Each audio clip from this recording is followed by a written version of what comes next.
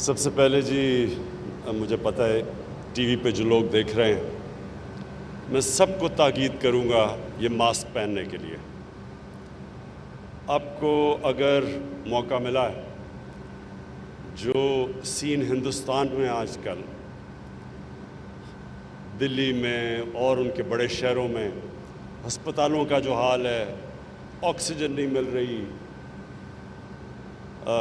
باہر سڑکوں پہ لوگ کرونا کی وجہ سے مر رہے ہیں، تو میں اس لیے اپنی ساری قوم سے تاکید کروں گا کہ اللہ نے ہمیں پہلے دو جو کرونا کے ویوز آئے، بنسبت باقی دنیا کے اللہ نے ہمارے پہ بہت کرم کیا، اور اب ہم تیسرے ایک بڑے خطرناک ویو میں ہیں۔ اور اگر حکومت اپنی کیپیسٹی دگنی نہ کرتی، یعنی ہسپتالوں میں کیپیسٹی بڑھاتی، آکسیجن کی کیپیسٹی دگنی نہ کرتی، تو آج ہمارے بھی وہی حالات ہونے تھے جو آج ہندوستان میں لوگوں کو نظر آ رہے ہیں۔ تو یہ اگلے 2 ہفتے بہت امپورٹنٹ ہے ہمارے لیے۔ ہم نے اس کی کرونا کا جو کیسز ہیں ان کو نیچے لے کے آنا ہے۔ تو میں اس سے سب سے تاکید کروں گا کہ جو ایک چیز جس سے ثابت ہو گیا کہ کرونا کے کیسز، کرونا کنٹرول ہو جاتی ہے، وہ ہے یہ ماسک۔ تو میں سب سے تاکید کروں گا یہ ماسک پہنیں۔ اب جی، میں چیف منسٹر صاحب آپ کو، پروونشل منسٹرز بیٹھے ہوئے ہیں آپ سب کو، اور چیف سیکرٹری صاحب، ہمارے جرنلسٹ بھی آئے ہوئے ہیں یہاں، ہمارے اوپینین میکرز، میں سب آپ کو اس اوکیزن کے اوپر خوش آمدید اس لیے کہتا ہوں کہ پاکستان کے اندر جب سے میری عمر تقریباً پاکستان جتنی ہے، تو ہماری بدقسمتی یہ ہوئی کہ ہمارا ایک مائنڈ سیٹ، جب سے مجھے ہوش ہے، وہ مائنڈ سیٹ یہ ہے کہ یہ صرف ایک چھوٹے سے طبقے کا پاکستان ہے۔ اس کو انگلش میں ایک ٹرم استعمال کرتے ہیں، ایلیٹ کیپچر۔ ایک ایلیٹ نے ملک کو ہر طرح اپنے قابو میں، قبضے میں لیا ہوا ہے۔ تعلیم کا نظام انگلش میڈیم، اچھی نوکریاں انگلش میڈیم، کوئی یہ نہیں سوچتا کہ اردو میڈیم کو کیسا تعلیم مل رہی ہے۔ دینی مدرسوں میں جدھر 25 لاکھ بچے پڑھتے ہیں، ان کو کیسی تعلیم مل رہی ہے، کبھی کسی نے نہیں سوچا۔ کیونکہ میرے اگر بچے انگلش میڈیم میں پڑھ رہے ہیں اور ان کو اچھی نوکریاں مل رہی ہیں، مجھے کیا فرق پڑتا ہے کہ باقی ملک میں کیا ہو۔ یہ ایٹیٹیوڈ تھی۔ جیلوں میں صرف غریب لوگ نظر آتے ہیں، اور اس کی وجہ ہے کہ ہم نے دیکھ لیا کہ ہمارا انصاف کا نظام طاقتور ڈاکو کو نہیں پکڑ سکتا، اور جو جیلوں میں جاتے ہیں وہ صرف غریب لوگ جاتے ہیں جن کے پاس پیسہ نہیں ہے بڑے بڑے مہنگے وکیل کرنے کے لیے۔ اور پھر ہسپتال، سرکاری ہسپتالوں میں ہم نے اپنی زندگی میں دیکھا کہ سرکاری ہسپتال ہمارے جو انگریز چھوڑ کے گیا تھا، بہترین علاج ہوتا تھا۔ میری بہنیں سارے میو ہاسپٹل میں پیدا ہوئے تھے، لیکن آہستہ آہستہ امیروں کے لیے پرائیویٹ ہاسپٹلز بن گئے، صرف غریب گورنمنٹ ہاسپٹلز میں جاتے تھے، اور جو سپر رچ تھے وہ باہر اپنا علاج کرواتے تھے۔ تو یہ جو ایک سسٹم بن گیا ہمارا، جس میں یہ سوچ ہی نہیں تھی کہ ایک عام آدمی کس طرح اپنی زندگی گزارتا ہے، اور اسی میں یہ ہاؤسنگ آ گئی۔ ہم نے اپنی آہستہ آہستہ لاہور کو دیکھا کچی وادیاں بنتے ہوئے۔ یہ لاہور، اس کا پانی، عام نلکے کا پانی، میٹھا پانی سب پیتے تھے، اس میں صاف سٹی آف گارڈن سمجھا جاتا تھا، پولوشن نہیں ہوتی تھی لاہور میں۔ تو آہستہ آہستہ لاہور کو ہم نے دیکھا پھیلتا گیا، ان پلانڈ سیٹلمنٹ، امیروں کے علاقے ہو گئے، ڈیفنس، اچھی لوکیشنز، بیریا، ڈیفنس۔ کسی نے نہیں سوچا کہ عام آدمی جو تنخواہ دار ہے، جو زمینوں کی قیمتیں یہاں پہنچ گئیں، اس نے کیسے گھر بنانا تھا؟ تو وہ کیا کرتا؟ کچی آبادیاں بننی شروع ہو گئی۔ آج آپ یہ سوچیں کہ آدھا کراچی کچی آبادیاں ہیں۔ کچی آبادی کا مطلب نہ سیوریج سسٹم، نہ بجلی، نہ لیگل کوئی کنیکشنز۔ وہ رشوت دیتے ہیں ان لوگوں کو جو بجلی کا محکمہ ہوا، گیس کا، تب ان کو کنیکشن ملتا ہے، اور وہ بڑے پیسے دیتے ہیں۔ غریب لوگ ہیں، گندگی میں رہتے ہیں، بچوں کو بیماریاں ہو رہی ہیں، پیٹ کی گند کے اندر ہے، سارا اوپن سیوریج ہے۔ کبھی کسی نے نہیں سوچا کہ یہ لوگ کیسے رہ سکتے ہیں؟ انہوں نے بھی روزی کمانے کے لیے شہروں میں آنا ہے، تو کدھر رہیں گے؟ گئی ساتھ پھر قبضہ گروپ آتے گئے۔ قبضہ گروپوں نے کیوں آیا؟ کیونکہ زمینوں کے کیس ہی نہیں حل ہوتے، عدالتوں میں 50 سال چل رہے ہیں، وہ قبضہ گروپ آ گئے، ان کے ساتھ پورا ایک ٹروئکا بن گیا۔ ساتھ مل گیا جج، ساتھ مل گیا پولیس، ساتھ مل گیا قبضہ گروپ۔ اور کن کی زمینوں پہ قبضہ کر رہے تھے؟ کمزور لوگوں پہ یا حکومت کی زمینوں پہ۔ تو یہ جو ہمارا آئیڈیا نیا پاکستان ہاؤسنگ ہے،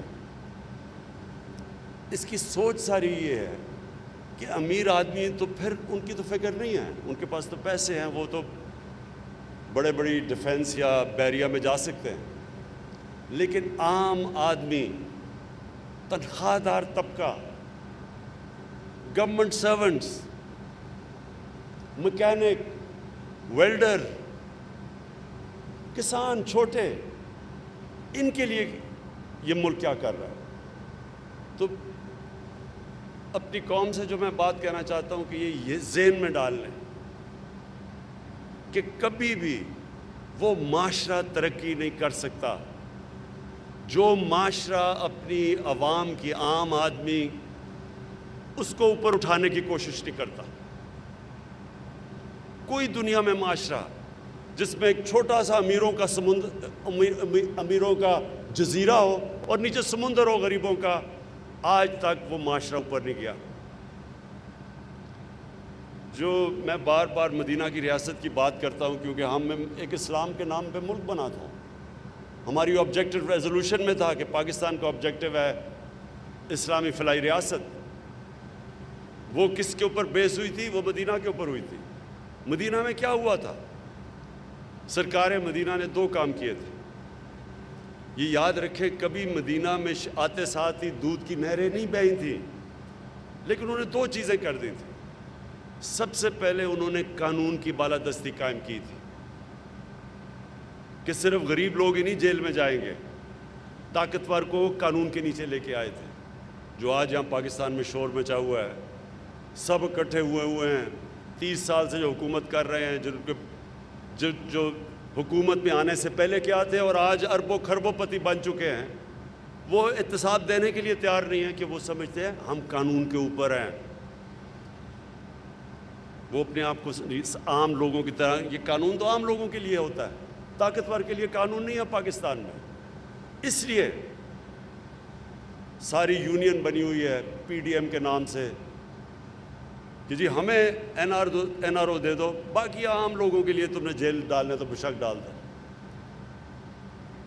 سرکار مدینہ نے سب سے پہلی چیز اسٹیبلش کی تھی قانون کی بالادستی۔ میری بیٹی بھی اگر چوری کرے گی سزا ملے گی۔ تمہارے سے پہلے بڑی قومیں تباہ ہوئیں جدھر طاقتور کے لیے ایک قانون اور کمزور کے لیے دوسرا۔ یہ ہمارے لیے ویلڈ ہے آج، تقریباً 1500 سال پہلے یہ بات کی گئی تھی۔ اور دوسری چیز، انہوں نے فلاحی ریاست بنائی تھی۔ انہوں نے ریاست نے ذمہ داری لے لی اپنے کمزور طبقے کی۔ دنیا کی تاریخ کی پہلی ویلفیئر سٹیٹ بنی تھی، اور یہ ماڈل ہے جو دنیا میں قوم اس ماڈل پہ چلے گی وہ اوپر چلی جائے گی۔ وہ ثابت کیا انہوں نے کہ یہ 2 چیزیں کی انہوں نے، اور بھی اور چیزیں تھیں، لیکن یہ 2 مین چیزیں کی کہ دنیا کی تاریخ میں کبھی ایسے نہیں ہوا کہ 625 میں صرف 313 جنگ بدر میں لڑنے والے، اور 11 سال کے بعد 636 میں رومن ایمپائر کولیپس کر جاتا ہے ان کے سامنے یارموک میں، اور 2 سال کے بعد دوسری سپر پاور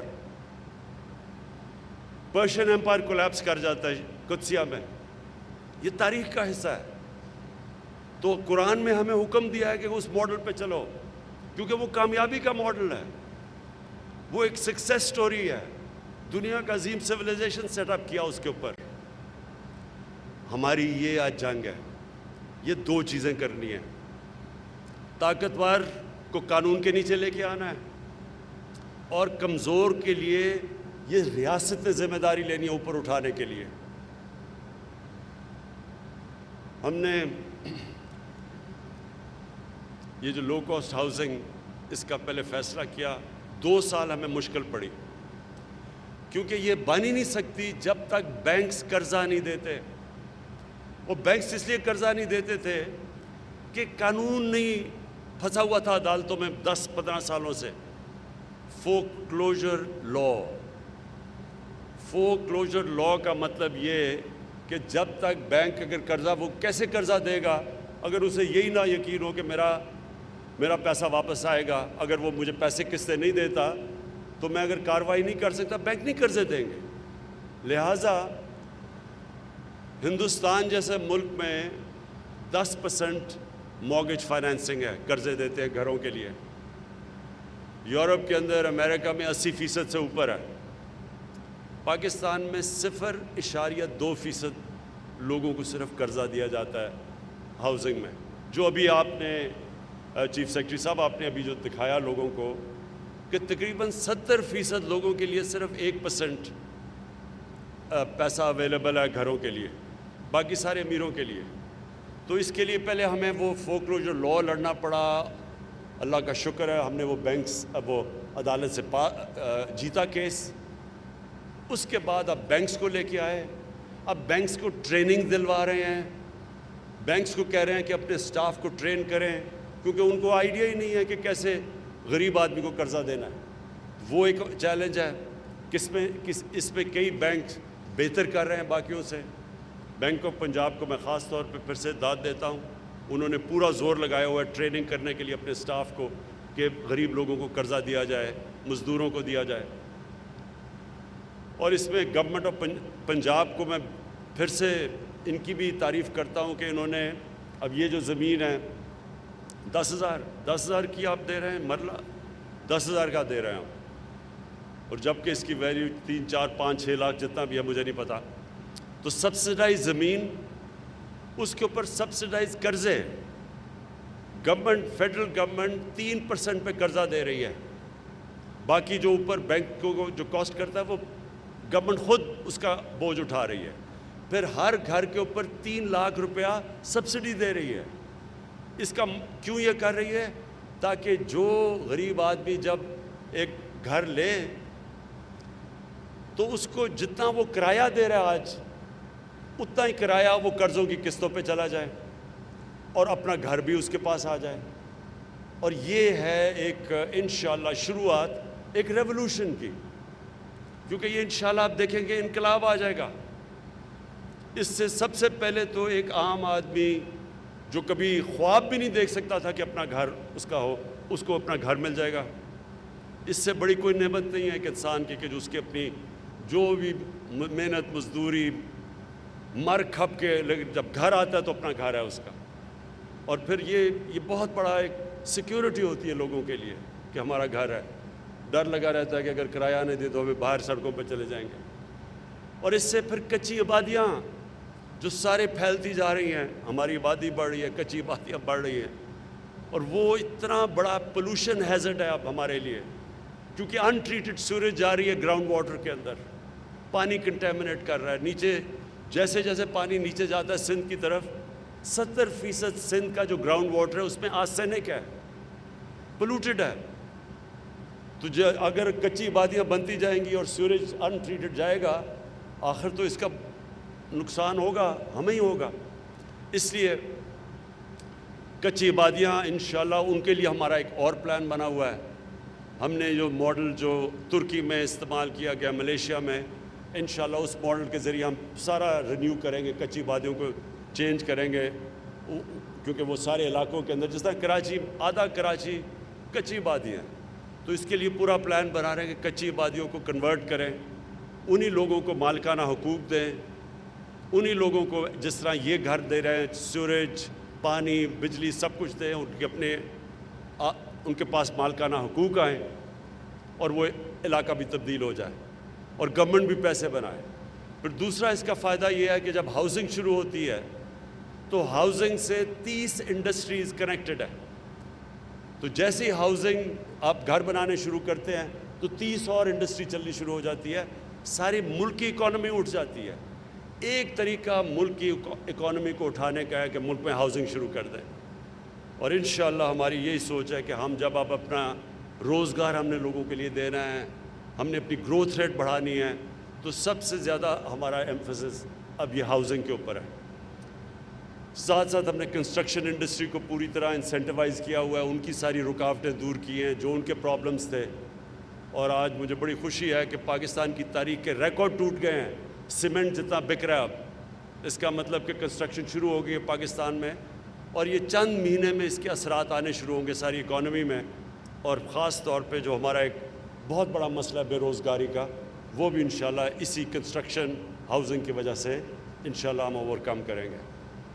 میں ایف ڈبلیو اے کو اور ان کو اس لیے میں آج مبارک دیتا ہوں کیونکہ انہوں نے بڑی تیزی سے کام شروع کیا، ہمیں ریکارڈ ٹائم پہ وہ ہمیں یہ لو کاسٹ ہاؤسنگ بنا کے دے رہے ہیں، تو ان کو بھی میں آج خراج تحسین پیش کرتا ہوں کیونکہ وہ بھی اس کا حصہ ہے۔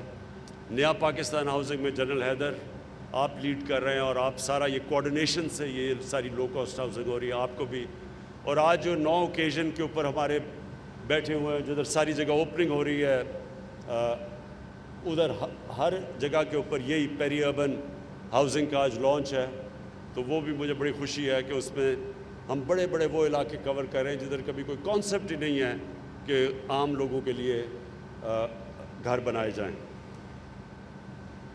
آخر میں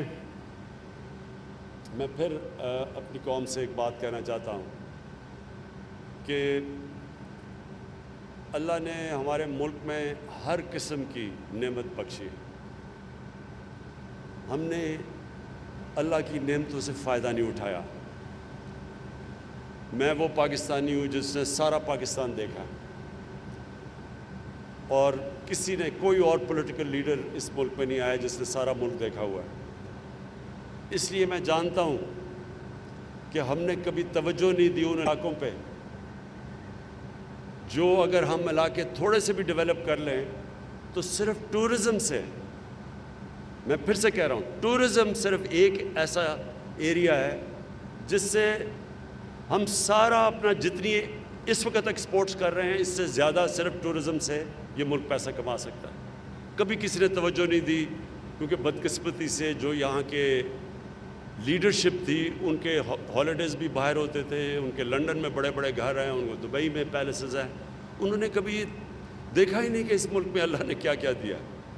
پھر جو ایگریکلچر ہے اس کے اوپر میں نے پہلے تو اکانومی کو سٹیبلائز کر رہے تھے، اب پورا توجہ ایگریکلچر پہ ہے۔ یہ میں اب خود لیڈ کر رہا ہوں، میں آپ کو ثابت کر کے دکھاؤں گا کہ پاکستان میں ایگریکلچر کی اتنی بڑی ریولوشن آئے گی۔ ہمارے پاس وہ چیزیں ہیں، ہم نے کبھی سوچا ہی نہیں ایگریکلچر کے اوپر، 50 سال سے ہم نے ایگریکلچر کے اوپر نہیں سوچا۔ ہم نے صرف 2 سالوں میں صرف کسان کو ہم نے اس کی پیمنٹ دلوائی۔ کبھی گنے میں جو بیچارہ کسان محنت کرتا تھا اس کو کبھی پیمنٹ ہی نہیں ملتی تھی گنے کی، صرف ہم نے 2 سال ان کو پیمنٹ دلوائی ہے۔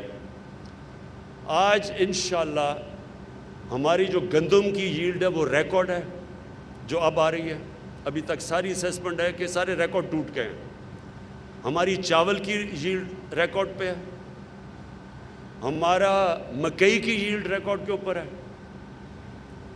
حالانکہ پھر سے میں ابھی کہہ رہا ہوں، ابھی ہم نے نئے ٹیکنیکس نہیں لے کے آئے، ہم نے صرف کسانوں کے پاس پیسہ گیا ہے کیونکہ ان کو قیمت ملی ہے اپنی پیداوار کی۔ 11 ارب روپیہ صرف اس سال کسانوں کے پاس اضافی گیا ہے کیونکہ ہم نے ان کو صحیح معنی میں ان کی گندم میں بھی قیمت دی ہے اور چاول پہ ملی ہے ان کو، مکئی میں ملی ہے، گنے میں ملی ہے۔ جب انشاءاللہ آپ نئی ٹیکنیکس لے کے آئیں گے تو ایگریکلچر سے انشاءاللہ پاکستان کو اٹھا دیں گے۔ اور اس کے علاوہ اب جو ہمارا جو آگے پلان ہے وہ انڈسٹریز جن کو نگلیکٹ کیا، آئی ٹی، اس بار یہ آئی ٹی ایکسپورٹس ریکارڈ ہوئی ہیں پاکستان کی تاریخ، اور ہماری جو ایکسپورٹس ہیں اب، کیونکہ ہم نے انڈسٹری کو اس وقت ان کی مدد کی ہے پوری طرح، ان کو ایکسپورٹ انڈسٹری کو 11 سال کے بعد سب سے زیادہ ایکسپورٹس ہے پاکستان میں۔ انشاءاللہ آنے والے دنوں میں آپ دیکھیں گے کہ جو ہم محنت کر رہے تھے، جو گراؤنڈ ورک کر رہے تھے، اب اس کی آپ کے سامنے اس کا پھل آپ کو نظر آئے گا نکلتا ہوا۔ میں پھر سے پنجاب آپ کو اس کے لیے بڑی مبارک دیتا ہوں، آپ کو خراج تحسین پیش کرتا ہوں۔ اور دوسری چیز جو میں پھر بھولنا چاہوں، جو آپ نے کسان کارڈ نکالا ہے، یہ انشاءاللہ کسانوں کے لیے انقلاب آپ لے کے آئیں گے ایگریکلچر میں۔ بہت مبارک ہو آپ کو۔ وزیراعظم عمران خان نے پنجاب پیری اربن کم لاگت ہاؤسنگ منصوبے کا آغاز کر دیا ہے۔ وزیراعظم عمران خان اس حوالے سے تقریب سے خطاب کر رہے تھے۔ یہ منصوبہ بنیادی طور پر پنجاب کے چھوٹے شہروں اور قصبوں میں رہنے والے کم آمدنی والے افراد کے لیے بنایا گیا ہے، اور اس کا باضابطہ طور پر وزیراعظم عمران خان نے آج سنگ بنیاد رکھا ہے اور اس کا آغاز کر دیا ہے۔